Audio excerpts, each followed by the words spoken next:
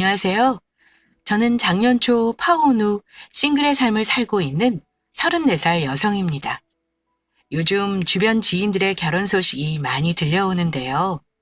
혹시 결혼의 계절에 파혼도 그만큼 많이 한다는 거 알고 계신가요? 파혼하는 사연에도 이런저런 사연이 있기 마련인데 저는 한 가지 당부드리고픈 말이 있어 용기 내 사연을 보냈습니다. 저는 코로나가 한창이던 작년 봄에 결혼을 앞두고 파혼했습니다. 저는 결혼 약속했던 사람과 자그마치 6년을 연애했습니다. 저 25살, 그 사람 26살에 만나 결혼 준비할 때까지 크게 싸움도 한 기억이 없어요. 6년 동안 만나면서 세상에 이렇게 죽이 잘 맞는 사람이 또 있을까라는 생각을 정말 많이 하게 된 사람이었어요. 제가 남자친구 취업할 때까지 뒷바라지 하다시피 돈도 더 많이 쓰고 챙겨주기도 했지만 전혀 아깝다고 생각하지 않은 사람입니다. 오래 만나면 온다는 권태기 한 번 없이 잘 만났고 제가 많이 좋아하기도 했어요. 당연히 결혼은 이 사람과 할 거라 생각했죠. 그런데 파혼이라는 거 해보면서 결혼하는데 연애 기간이 길고 짧은 건 중요하지 않다는 걸 몸소 겪었습니다. 너무 상처받았고 어이도 없고 허무하기까지 했습니다. 사람 마음이 단칼에 정리되는 게 아니다 보니 지난 1년간 참 힘들었네요. 얼마 전 결혼을 앞둔 제 친구와 만났는데 이런 대화를 했습니다. 상견례하고 결혼 날짜까지 잡았는데 고민된다면서요. 고민들 들어보니 상대방에 대한 사랑이나 확신이 모자라 결혼을 고민하는 게 아니더라고요. 현실적인 문제인 시댁, 집, 혼수, 경제력 이런 것들이 결혼을 결심한 사람의 마음을 붙잡는 원인이 되더군요. 나는 파혼까지 해봤으니 굳이 너한테까지 결혼하라 떠밀 생각은 없어. 내 생각엔 너 결혼할까 말까 고민하는 자체부터 이미 결혼 글러먹은 것 같은데. 대체 이유가 뭐야? 유나야, 글쎄, 상견례에 시어머니가 얼토당토하는 요구를 하시잖아. 우리 식구들 그날 집에 와서 완전 초상집 분위기였어. 엄마는 결혼 여기서 없자고 난리시고 내가 아직 결정을 못해서 문제지. 결혼 얘기가 오갔길래 파혼까지 고민하는 거야? 실은 우리가 모은 돈이 얼마 없어서 엄마 소유 아파트에 신혼살림 차리기로 했거든. 내 집 마련할 때까지 보증금 없이 무기한으로 살라고 하신 건데 내가 너무 죄송해서 월 50만 원씩 월세식으로 드리자고 남자친구한테 얘기를 미리 했어. 근데 상견례 때 시어머니가 글쎄 애들이 돈을 준다고 글쎄 그걸 다 받을 생각이냐면서 원래 공짜 전세로 내어주실 생각이었던 정도면 그냥 줘도 되지 않냐고. 그 집을 그냥 주면 안 되겠냐는 거야. 나 참 기가 막혀서 그거 우리 엄마 노후위에서 마련해놓은 아파트잖아.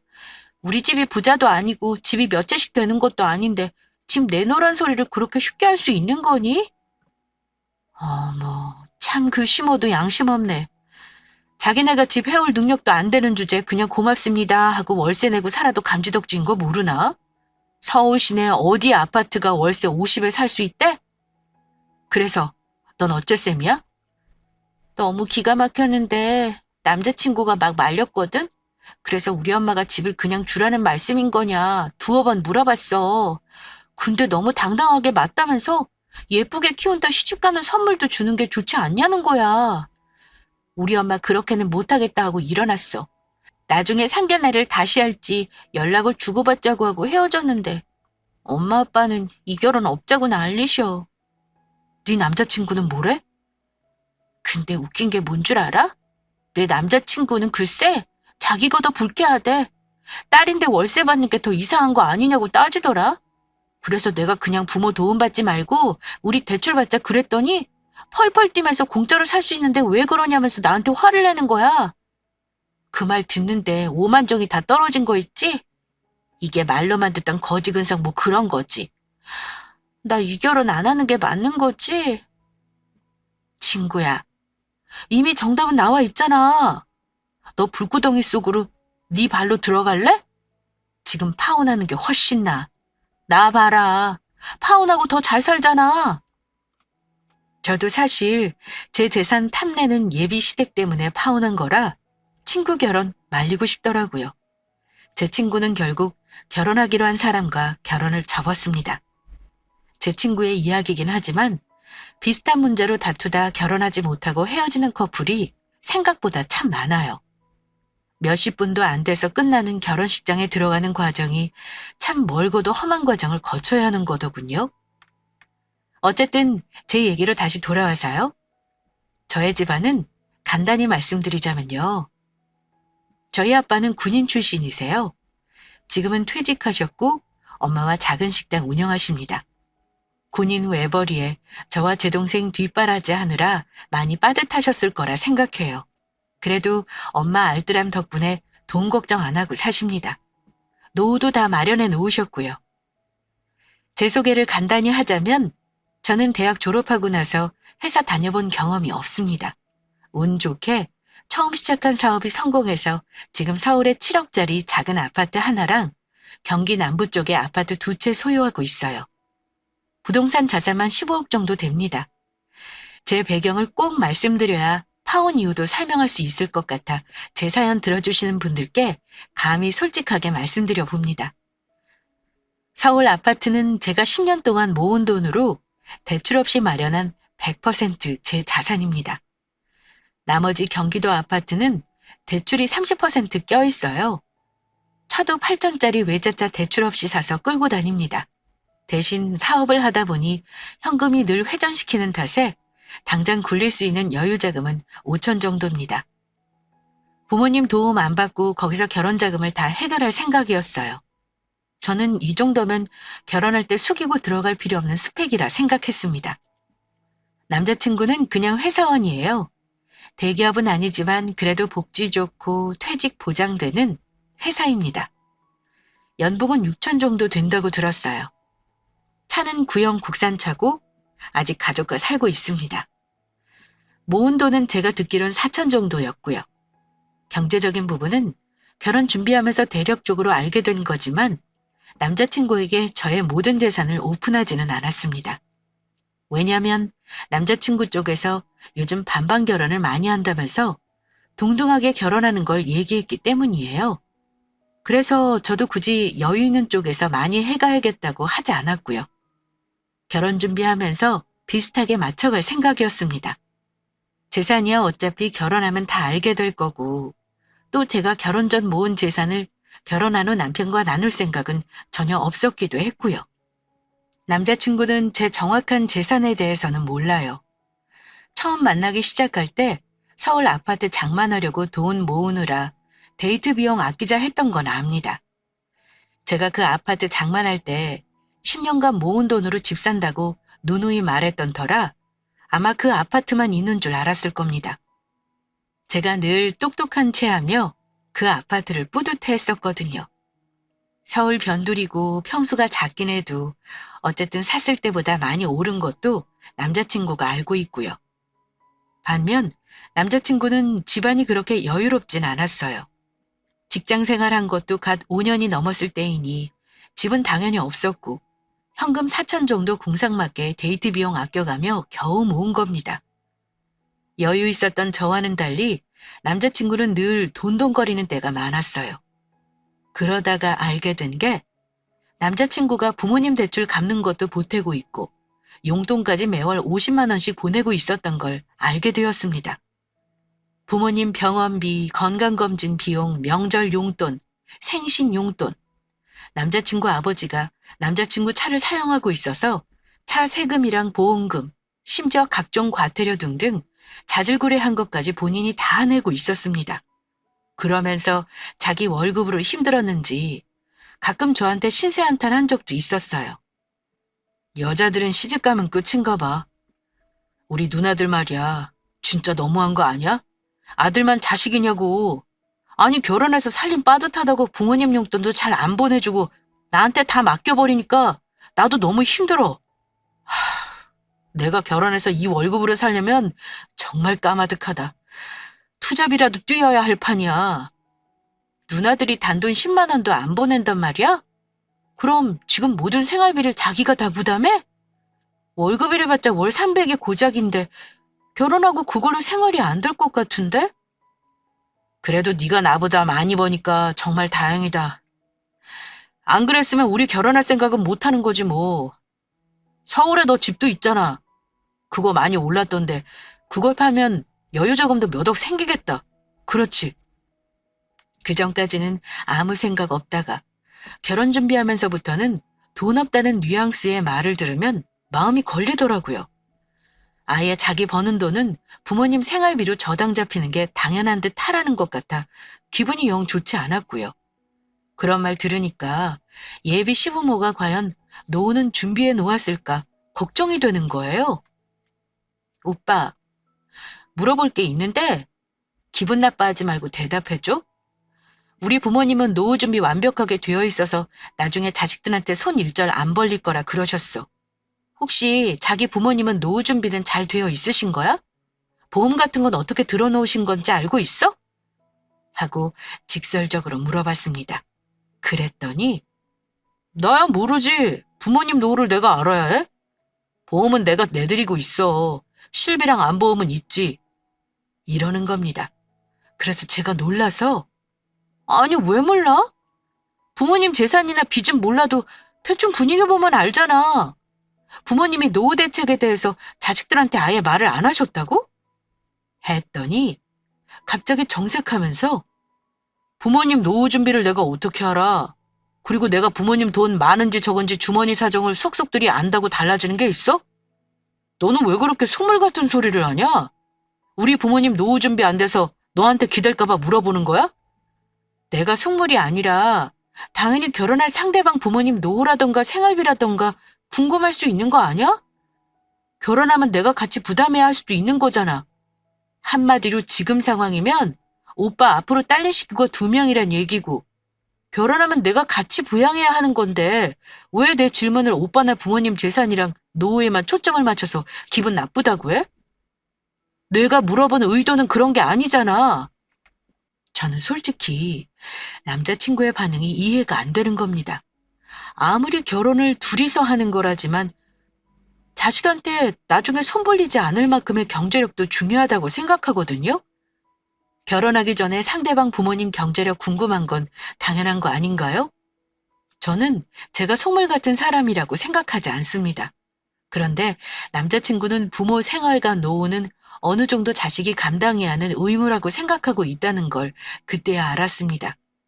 그때부터 결혼 준비를 하면서 여러 가지 현실적인 문제들로 다투는 일이 가끔 생기기 시작하더라고요. 그러다가 양가에 인사하고 나서부터는 갈등이 더 깊어졌습니다. 솔직히 객관적인 상황만 놓고 보면 제가 더 좋은 조건인 건 확실합니다. 이건 제 사연 듣고 계신 구독자분들도 동의하실 거라 생각해요. 저는 재산도 있고 친정 가족 때문에 골치 아플 거리도 없었으니까요. 그래서 남자친구 집에서는 감히 저를 싫어할 거라고 전혀 생각 못했습니다. 그런데 남자친구 집안에 인사하러 갔을 때 알았어요. 그 집에서는 저를 전혀 다른 의미로 부족하게 생각한다는 걸요. 아마 제가 아파트 가지고 있는 거랑 사업을 해서 월 수입이 꽤 된다는 걸 남자친구 부모님은 알고 계셨을 겁니다. 남자친구가 저 인사하러 가기 전에 자랑하듯 말했을 거라 생각해요. 예비 시부모 처음 만나서 식사하면서 이런저런 얘기를 나누다가 신혼집 문제를 먼저 꺼내신 건 남자친구 어머니였습니다. 이름이 요나라고 했지? 우리 현성이랑 오래 만나고 내가 알고 있어. 사업한다고 들었는데 웬만한 월급쟁이보다 나은가 봐? 서울에 아파트도 미리 장만해놨다고 들었는데 맞니? 그럼 결혼하면 신혼살림은 네 아파트에 차릴 생각이야? 하고 물으시는데 제 생각을 말씀드렸습니다. 사실 그 아파트가 좀 작고 오래돼서 신혼살림을 거기다 넣을 수 없을 것 같았거든요. 신혼인데 그래도 가정 같은 건 좋은 거 장만하고 싶은 게 여자 마음이잖아요. 네, 있긴 한데 좀 작아요. 19평이고 지금은 제가 혼자 사는데도 집이 좀 꽉 차거든요. 그래서 결혼하면 제 아파트는 새 놓으려고요. 저희 친정 부모님 살고 계신 별내 쪽에 평수 높은 신축 아파트에서 살 생각이에요. 하고 대답했습니다. 그런데 그 대답을 들은 예비시모 얼굴이 좀 차갑게 굳어지더라고요. 그럼 신혼집은 결국 우리 아들도 돈을 보태야 하는 거구나? 네가 집이 있어서 무주택자로 청약 넣는 것도 못할 텐데 하필 아파트가 신혼살림도 안 들어갈 정도로 작은 걸 산 거니?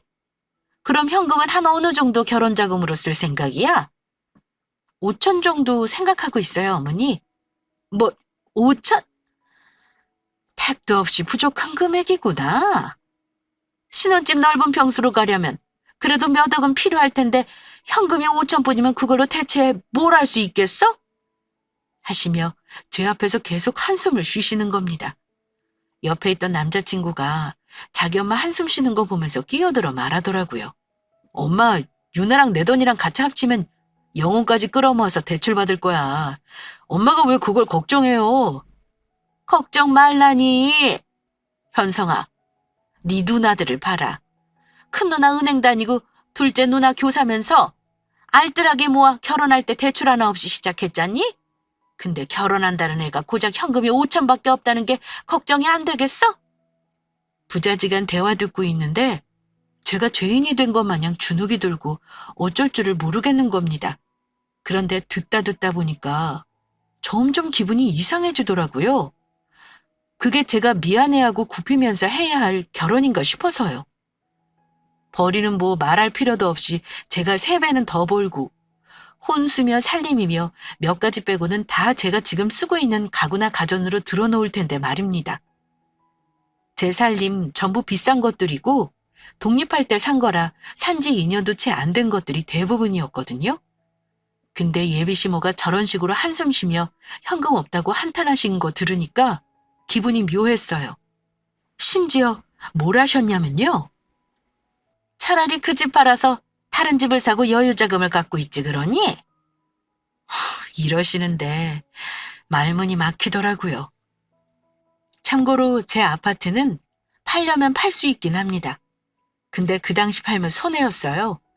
주위에 역사가 들어선다 했고 대규모로 재건축하는 단지가 있어서 집값이 오르면 올랐지 떨어지진 않을 것 같았거든요. 근데 넌지시 그 집을 팔았으면 하는 기색을 내비치시길래 기분이 좀 그랬습니다. 게다가 제가 타고 온 차를 트집 잡기까지 하셨어요. 너는 나이도 어린애가 건방지게 저런 외제차를 샀어? 그걸로 알뜰하게 결혼자금 쓸 생각을 했어야지. 하나를 보면 열을 알지. 저거 혹시 대출 잔뜩 끼어있는 차 아니니? 할부로 샀을 거 아니야? 하시길래 아니요 어머니 저건 할부 안 하고 제 돈으로 산 제 차예요. 사업하려면 솔직히 보이는 것도 중요해서요. 그래서 저한테는 필요한 겁니다. 그랬더니 어머니가 더 언성을 높이며 한 소리 하시더라고요. 세상에 저런 차를 현찰로 샀으면 그게 더 손해다. 그 큰 돈으로 다른 거에 투자했어야지. 아니면 현금으로 가지고 있던가. 겁 없이 저런 차를 턱턱 사니 참 답답하다. 어? 그러니 결혼 자금이 부족한 거 아니냐? 이러시니까 제가 대역죄인이 되는 분위기였습니다. 사실 자기가 결혼할 시기를 딱 예상하고 현금 마련해 놓는 사람이 몇이나 되겠어요? 과거에 저도 그냥 언제 결혼할지 모르고 사업상 필요하니까 차를 샀던 건데 하필 이 시기에 남자친구가 결혼하자고 할 줄은 몰랐죠. 그런데 자꾸 제가 결혼 자금도 모으지 못한 모자란 며느리인 듯 말씀하시니까 속이 상하기도 하고 많이 혼란스러웠습니다. 그런데 웃긴 건 그렇게 못마땅한 듯 혀를 끌끌 차면서도 자기 아들하고 결혼 안 시키겠다는 말은 안 하고 상견례와 결혼 날을 어찌 잡을지 물어보시더라고요. 부모님 의견 물어봐서 상견례를 빨리 하는 게 좋겠구나. 너희 사귄 시간만 몇 년이니? 어차피 이제 와서 서로 다른 사람 만나 결혼할 생각도 아니잖아. 아, 네. 저희 부모님 의견 여쭤보고 말씀드릴게요. 그리고 아까 내가 했던 말 한번 생각해 보렴. 집을 가만히 갖고 있는 게 능사는 아닌 듯 싶다. 너 현금 부족한 거 나는 아무래도 불안하구나. 그놈의 현금은 왜 계속 부족하다고 하시는 건지. 그 뒤로는 무슨 대화를 나눴는지 기억도 잘 안 날 정도였습니다. 집에 와서 엄마가 시어른들이 어떠냐며 물어보시는데 솔직히 대답을 못 하겠더라고요. 시어른들 어떤 것 같아? 결혼 준비하려면 상견례 전에 대충 날짜도 잡아놓고 이것저것 할 게 많을 것 같은데 너한테 따로 말씀하신 거 있으면 엄마한테 얘기 좀 해봐. 엄마는 이미 제 남자친구를 사윗감으로 생각하셨기 때문에 제게 시댁에 인사드리고 나서 혼란에 휩싸였다는 걸 모르시는 눈치였습니다. 우리 딸 인물 이쁘고 나이 딱 좋고 집까지 있는데 1등 며느리 대접 안 받을 이유가 없지? 저렇게 말씀하시니까 결혼 안 하겠다는 말이 목구멍에 걸려 나오지가 않았어요. 엄마, 상견례 날짜 먼저 의견 맞춰서 정하자고 하셨어. 다른 건 구체적으로 얘기한 거 없고 현성 오빠랑 상의할 게 좀 있어서 그거 결론 내면 말씀드릴게요. 친정 엄마에게는 대충 얼버무리고 나서 저는 고민에 빠졌습니다. 연애할 때는 보이지 않았던 예비시댁의 경제력, 준비 안 된 노후, 현금이 없다며 은근 타박하며 왠지 내 집을 탐하는 것 같은 시모의 태도 등등이 머리를 어지럽게 했습니다. 그런데 예비시댁에 다녀오면 그쪽 부모님은 저를 어찌 보셨는지 궁금하잖아요. 사실 시모가 저 현금 많이 없다고 걱정하듯 말할 때 이미 눈치는 챘지만 저를 마음에 안 들어 하시는 것 같은 느낌이 들기도 했어요. 그래서 남자친구에게 물어봤습니다. 어머니가 나 어떻다고 하셔? 어, 일찍부터 사업해서 그런가 세련다고 이쁘다고 하셔. 내가 너 능력 있는 여자라고 엄마 앞에서 칭찬 좀 했지. 그래? 근데 내 느낌에는 그날 나를 마뜩찮아 하시는 것 같았어. 내가 한참 오빠보다 모자란 것처럼 말씀하시길래 기분이 좀 그렇더라. 아들이는 엄마들이 좀 그렇잖아. 아들이 더 잘났고 아깝고 하신 거지. 너도 시간이 지나면 예뻐하실 거야. 그러니까 너도 예쁨 받을 행동 많이 하고 노력 좀 해봐. 근데 남자친구 입에서 예쁨 받을 행동이라는 말을 들으니까 순간 기분이 안 좋은 겁니다. 제가 굳이 예쁨 받을 행동을 해서 시어른에게 잘 보여야 하는 이유가 뭔지 모르겠더라고요. 아니, 예쁨 받을 짓을 어떻게 해야 하는 건데? 오빠는 우리 부모님한테 예쁨 받기 위해서 노력하는 거 있어? 말해봐. 나도 그거 똑같이 할 테니까. 이런 내가 며느리감으로 마음에 안 드시면 어쩔 수 없는 거지 뭐. 결혼 안 하면 그만인 거 아니야? 아이, 뭘 그렇게 예민해. 말이 그렇다는 거지. 보통 며느리가 시모한테 더 잘 보이려고 애쓰는 게 당연한 거 아닌가? 어머니가 너 싫어하는 거 아니니까 너무 그렇게 기분 나빠할 필요 없어. 결혼 전에도 너 데리고 자주 오라고 하셨다니까. 예비 남편의 그런 말을 듣고 고민이 깊어진 저와는 달리 예비시댁은 그 이후 마치 제가 그 집 며느리라도 된 듯 저를 대했습니다. 얼마 후 예비시부 생신이 다가왔을 때였는데요. 저한테 저녁 대접하고 싶다고 오라고 하더라고요. 솔직히 그때 갈까 말까 많이 망설였는데 그래도 어른이 초대하시는데 인사까지 한 마당에 거절하는 건 아닌 것 같아 갔습니다. 엄마가 빈손으로 가지 말라면서 백화점에서 한우 세트 선물까지 사서 들려보내셨고요. 하지만 그날은 제가 이 결혼을 접기로 확실히 결심한 날이 되어버리고 말았습니다. 예비시댁에 가니 시모는 음식 준비 중이셨고 저는 뭐 도울 거 없느냐고 부엌에서 서성거리고 있었습니다. 도와줄 거 없다고 하시길래 식탁에 음식 차리는 것만 오며 가며 도왔어요. 그때 예비 시모가 주방에서 갑자기 저를 보며 지나가듯 하는 말이 있었는데요. 결혼 전에 자주 와야 진짜 가족처럼 정도 들고 그러지 않겠니? 앞으로 좀 자주 오고 그래. 결혼하면 명절에 네 신우들도 다 올 거거든. 그럼 너도 연휴 내내 같이 밥해 먹고 놀다 쉬다 가렴. 시집 오면 이제 우리 식구잖아. 나는 명절에 아들 며느리 내외를 사돈댁이랑 나눠 쓸 생각 없어. 그건 네가 미리 알아둬라. 이러시며 제 얼굴을 똑바로 쳐다보시는 겁니다. 순간 할 말이 없었습니다. 저는 어머니 하는 말에 알겠다고 대답을 못하겠더라고요. 그런데 더 어처구니 없는 게 아참, 너 결혼 준비하는데 현금 부족한 건 네 부모님들한테 상의해봤어? 내가 아무리 생각해도 그 돈으로는 결혼하긴 무리다 싶어서 그래. 너무 빠듯하게 준비하면 일이 꼬일 수도 있는 거니까 집 파는 것도 한번 생각해 보렴. 그런데 저는 그 말까지 듣고 나니까 그냥 아니다 싶었어요.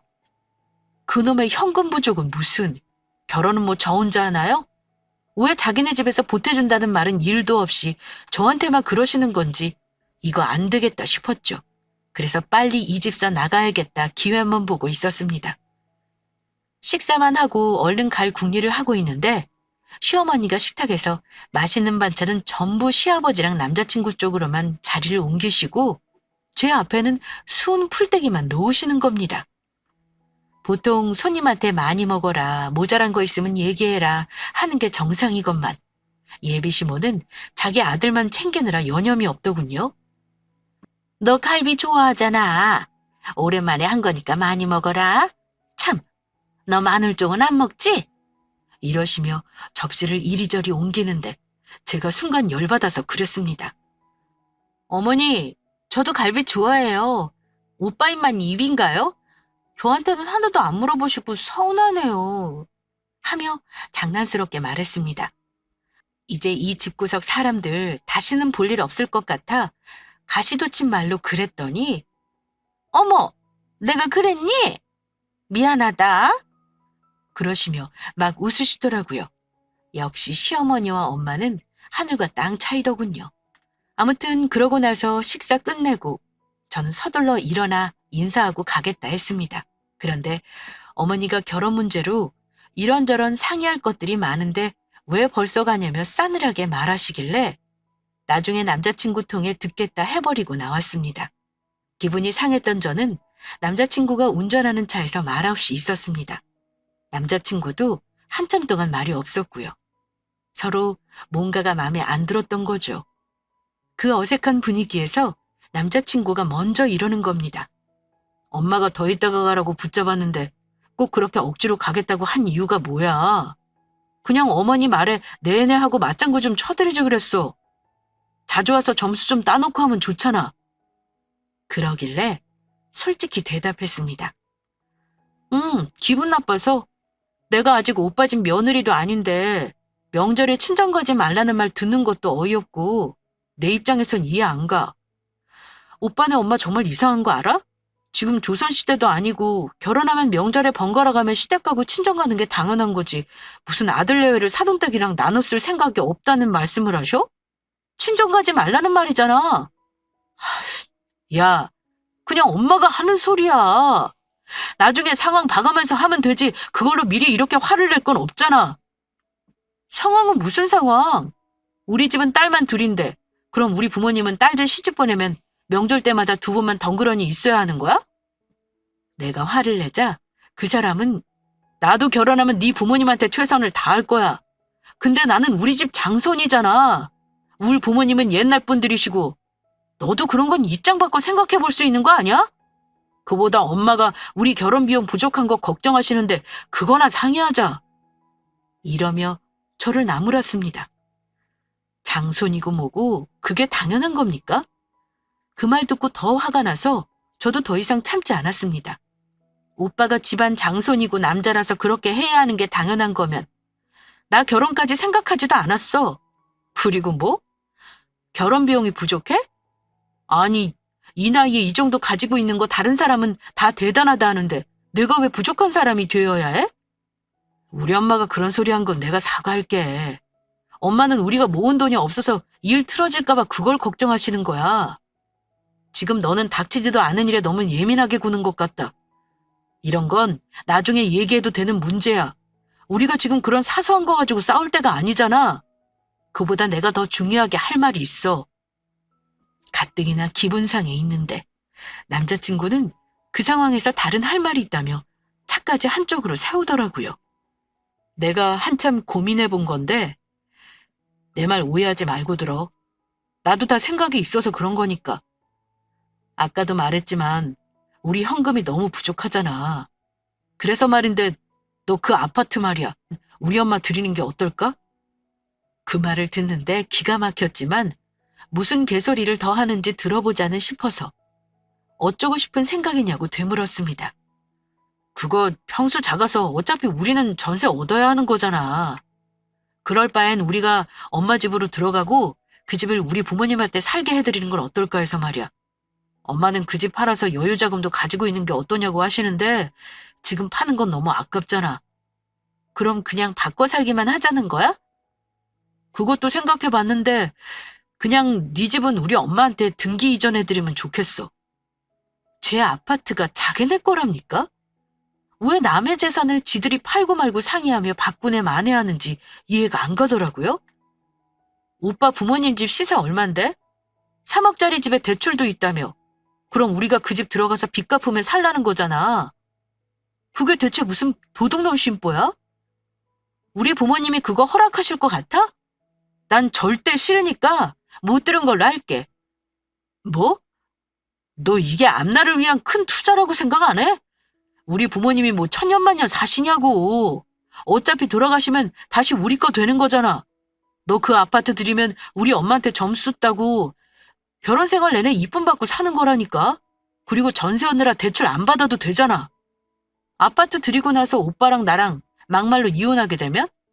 그럼 그 아파트 돌아나 줄 거야? 아니잖아. 말도 안 되는 소리 하지 마. 야, 너 정말 이럴 거야? 나도 너랑 결혼하고 싶어서 이런 말 하는 거야. 솔직히 우리 엄마 너 등치 크고 기세 보인다고 별로 마음에 안 들어 하셔. 너랑 결혼하는 거 말리셨다니까? 근데 생각도 안 해보고 바로 거절이냐? 생각도 안 해볼 거면 나도 더 이상 할 말 없어. 그냥 때려치우자. 그 사람 입에서 먼저 결혼 때려치자는 말이 나오길래 저도 바로 말해줬습니다. 때려치자는 거지? 내가 바라던 바야. 우리 그냥 파혼하자. 뭐 7억짜리 내 집을 오빠 엄마한테 주자고? 내가 부족한 게 현금이면 오빠는 재산 자체가 턱없이 부족해. 당신네 집은 예의랑 염치가 부족한 집안이고 당신 집안 정말 거지근속 쩐다. 너 말 다 했어? 나는 네가 우리 엄마한테 잘 보일 수 있는 방법 얘기해준 것뿐이야. 네가 싫다면 어쩔 수 없지. 너 정말 결혼 깨는 거 후회 안 할 자신 있어? 후회 좋아하네. 땅 치고 후회하는 사람은 내가 아니라 오빠가 될걸? 나는 오늘 가서 부모님한테 다 말씀드릴 거야. 이 결혼 안 할 거라고. 오빠도 알아서 말하고 여기서 끝내자. 우린 인연이 아닌 것 같아. 결혼은 없었던 걸로 해. 내 집에 오빠 물건들이나 당장 찾아가. 서로 다툼 끝에 헤어지기로 했습니다. 물론 결혼도 없던 일로 하기로 했고요.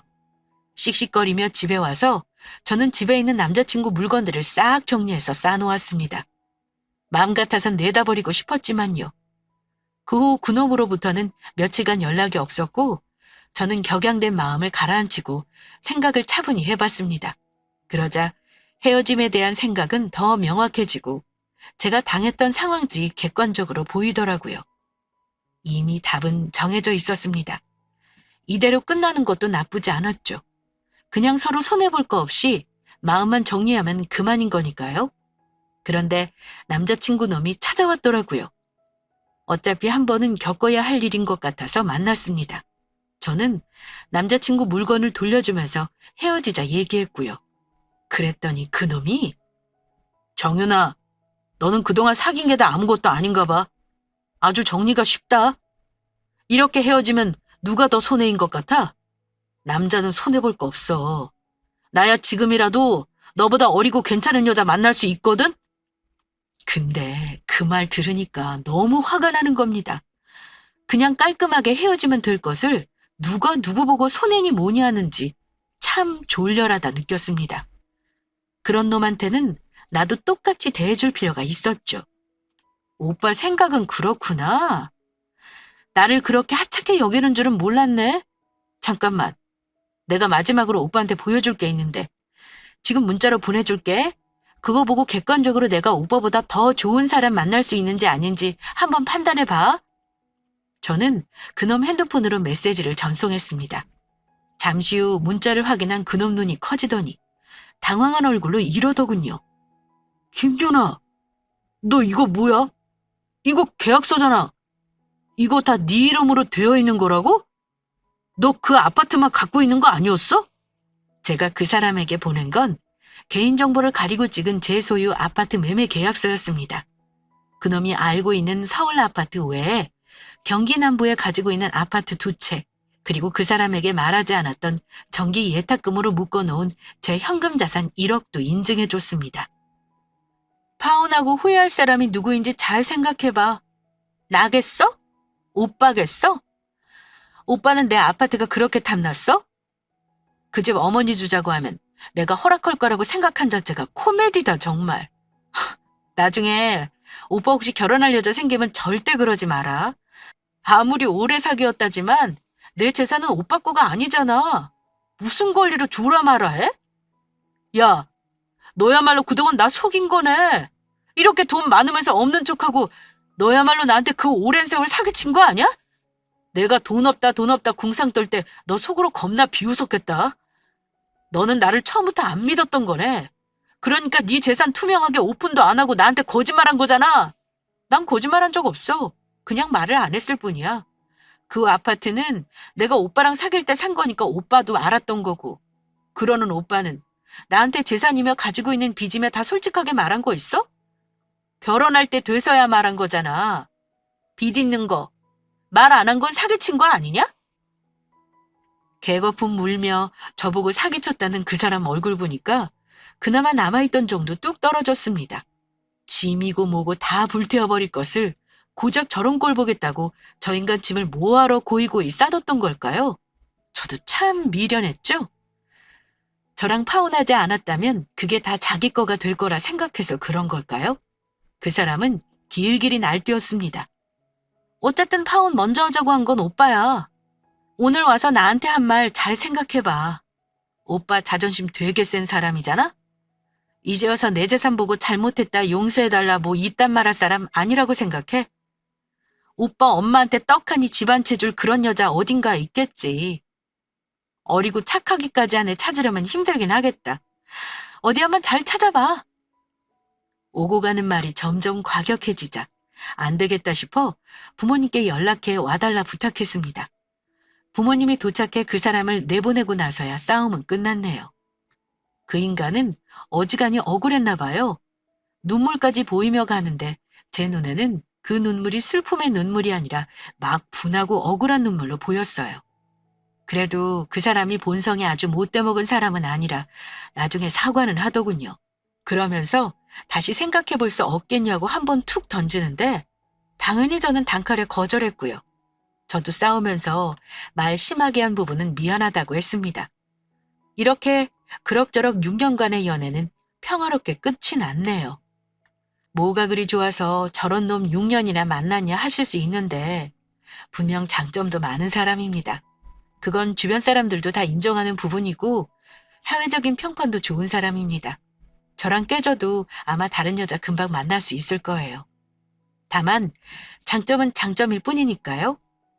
결혼하면서 저렇게 가치관이 안 맞는 부분은 극복하기 힘들다는 생각입니다.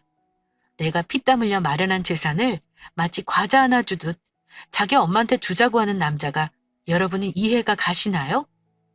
연애할 때 저런 생각 가진 거 알았으면 결혼 말 나오기 전에 진작에 끝냈을 겁니다. 좋을 때 잘해주고 다정한 건 당연한 거니 그런 건 제 사연에 굳이 넣지는 않았어요. 하지만 저희도 긴 세월 연애하면서 좋을 때도 분명 있었습니다. 하지만 인간이 좋다고 해서 남자로서도 좋을 수 없다는 걸 새삼 깨달았네요. 예비시댁이 될 뻔했던 곳이랑은 딱히 말 섞기 싫어서 그 이후 연락처 차단했어요. 헤어짐은 남인데 이제 거기도 저랑 상관없는 남남이잖아요. 어차피 그 인간도 끝난 문제는 칼같이 잘 끊는 사람이라 저한테 연락 안 오게 자기 부모한테는 알아서 잘 설명하겠죠. 저는 파혼하고 나서 역시 결혼은 저의 길이 아닌 것 같다는 생각이 들었어요. 친구들도 그맘때쯤 결혼을 많이 했거든요. 사연 처음 말씀드렸듯 그중에 한 친구 예비시댁이 저와 비슷한 거지근성 시댁이길래 친구 결혼도 뜯어 말렸던 거고요. 생각보다 저 같은 이유로 파혼하는 사람이 많은 것 같아요. 저는 그냥 결혼은 포기하고 당당하고 씩씩하게 솔로의 생활을 맞이하렵니다. 내년에는 사업이나 더 잘 꾸려가려고요. 다가오는 추운 계절, 건강관리 잘하시고 마음은 늘 따뜻하시길 바라며 제 사연은 여기서 마무리하겠습니다. 감사합니다.